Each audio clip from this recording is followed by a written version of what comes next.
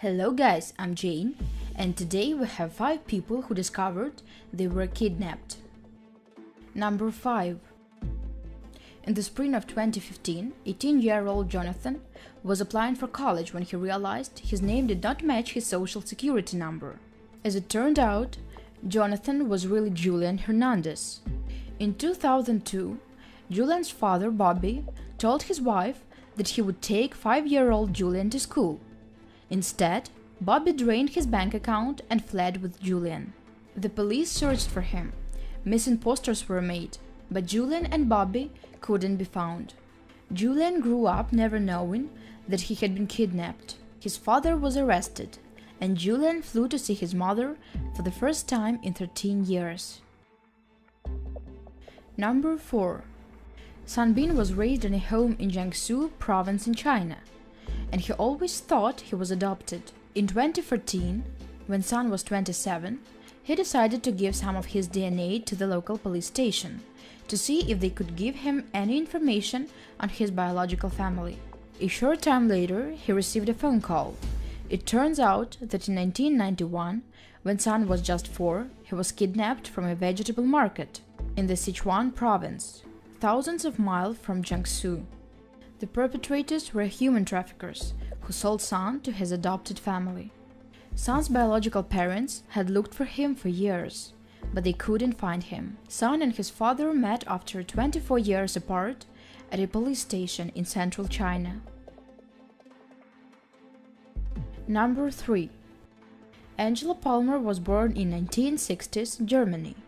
According to her father, Angela's mother abandoned her at an orphanage. Then he supposedly picked her up and raised Angela on his own.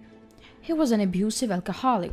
There was one time when Angela heard from her mother, and that was a phone call on her 16th birthday. The woman tried to explain why she wasn't in Angela's life, but Angela hung up because she was angry that her mother abandoned her. In 2013, Angela was 44 and living in California. She got a Facebook friend request from a woman named Helga. Then Helga sent Angela a message, written in German, asking about her childhood. She even produced a copy of Angela's birth certificate and old family photos as evidence. Helga also said that she didn't abandon Angela. Instead, Angela was kidnapped by her father, and Helga was unable to rescue her child. Number 2. In February 2004, 17-year-old Ori Steinman and some friends decided to do a Google search using Ori's name. The first result that came up was a website for missing children. That's when Ori found out that he was actually kidnapped and taken away from his father in Canada.